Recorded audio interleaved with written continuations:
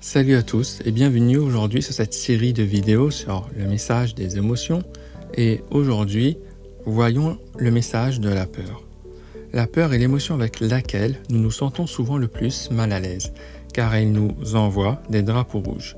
Plus elle est forte, plus grand est le danger associé à la possibilité de vie et de mort, que cela se produise dans l'imagination ou dans la réalité. L'impression que nous pourrions mourir, c'est une situation qui nous semble émotionnellement insupportable, se poursuit, n'est guère différente dans le cerveau du fait qu'elle menace réellement notre vie. Les réponses courantes à la peur sont l'évitement, c'est-à-dire l'évasion, la dépendance, l'oubli ou même l'agression et la violence. Parfois, l'émotion de la peur peut également se manifester par une absence totale de réponse physique, de sensations corporelles ou même de pensée. Au lieu de cela, les gens se sentent complètement inhibés. C'est le mécanisme de l'engourdissement. Lorsque nous ne pouvons ni fuir, ni attaquer, tout notre système, corps-esprit, se fige, incapable d'agir ou de penser. Il est important de comprendre les systèmes de réponse humaine à la peur afin de pouvoir les appliquer de manière appropriée. Par exemple, lorsque vous êtes agressif, voire violent envers les autres, ou lorsque quelqu'un est agressif envers vous, c'est une expression de peur et c'est presque toujours considéré comme de la colère, ce qui est mal.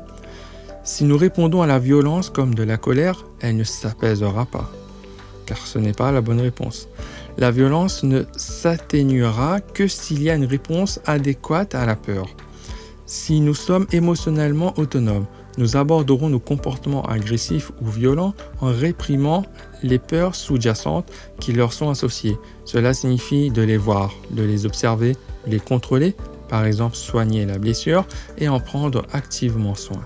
De même, si nous nous humilions en voyant notre évitement comme de la lâcheté ou notre addiction comme de l'autodestruction, plutôt que de les voir comme des tentatives maladroites et dysfonctionnelles de diminuer la peur et éviter de la ressentir intensément, peut-être, c'est-à-dire par exemple la peur d'être seul ou peur de ne jamais être aimé, peur de l'échec, abandonné, etc., nous allons alimenter nos comportements d'évitement ou d'addiction.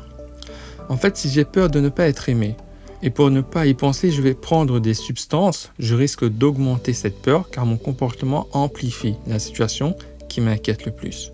Ce sentiment d'effondrement de l'estime de soi m'a fait prendre des substances pour me libérer, fumer de la marijuana pour arrêter de penser, me surmener pour me sentir fort, etc.